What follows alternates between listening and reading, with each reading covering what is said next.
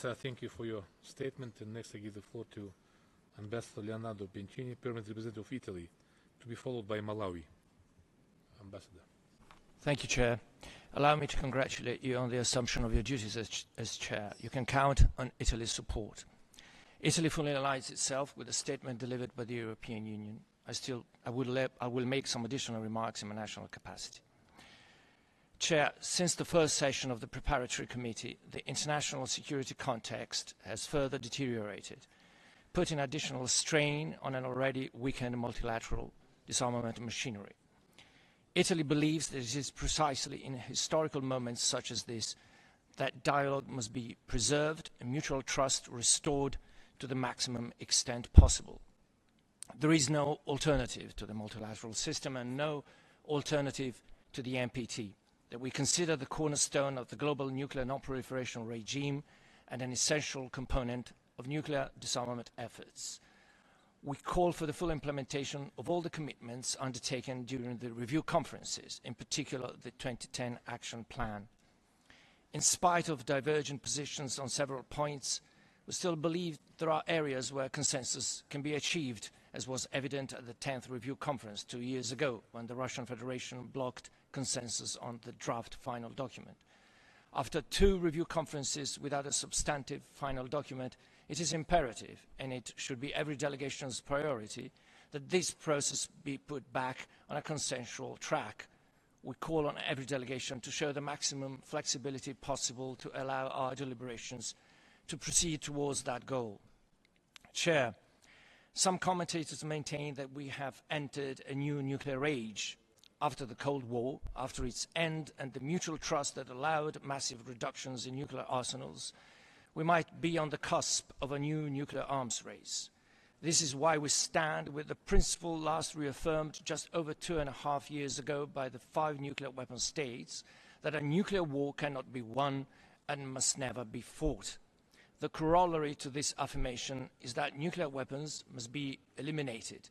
Italy believes that this is what we should strive towards, a world completely free of nuclear weapons and of the nightmare of nuclear annihilation.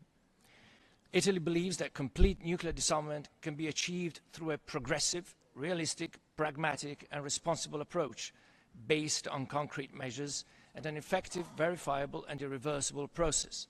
The NPT provides the only realistic legal framework to reach this objective in a way that promotes international stability based on the principle of undiminished security for all. We welcome transparency measures already taken by France, the United Kingdom and the United States. Most recently, we welcome the decision by the United States to declassify the US nuclear weapons stockpile totals from September 2021 through September 2023.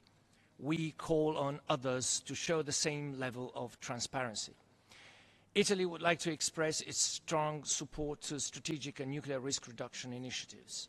Far from being a substitute for nuclear disarmament, risk reduction is a necessary tool to, among other things, build trust and foster a climate conducive to disarmament negotiations.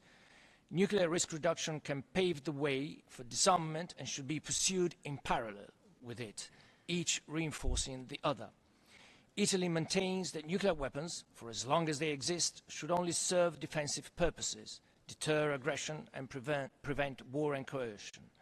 The Apulia G7 Leaders Summit under Italian presidency condemned in the strongest possible terms Russia's irresponsible and threatening nuclear rhetoric, as well as its posture of strategic intimidation, including its announced deployment of nuclear weapons in Belarus.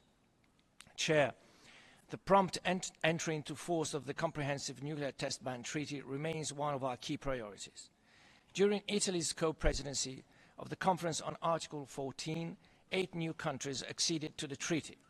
We call upon states that have not yet done so, in particular the 9 Annex II states, to sign and ratify the treaty without any further delay. In the meantime, we call upon all states to respect the moratorium on nuclear test explosions.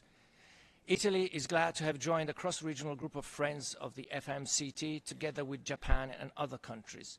We look forward to working within this group to give new impetus to the goal of starting negotiations on an FMCT without delay. We also look forward to the discussions to be conducted within the recently established subsidiary body 2 of the Conference on Disarmament. Chair, nuclear proliferation risks are very real. Italy urges Iran to return to the full implementation of all its obligations under the JCPOA.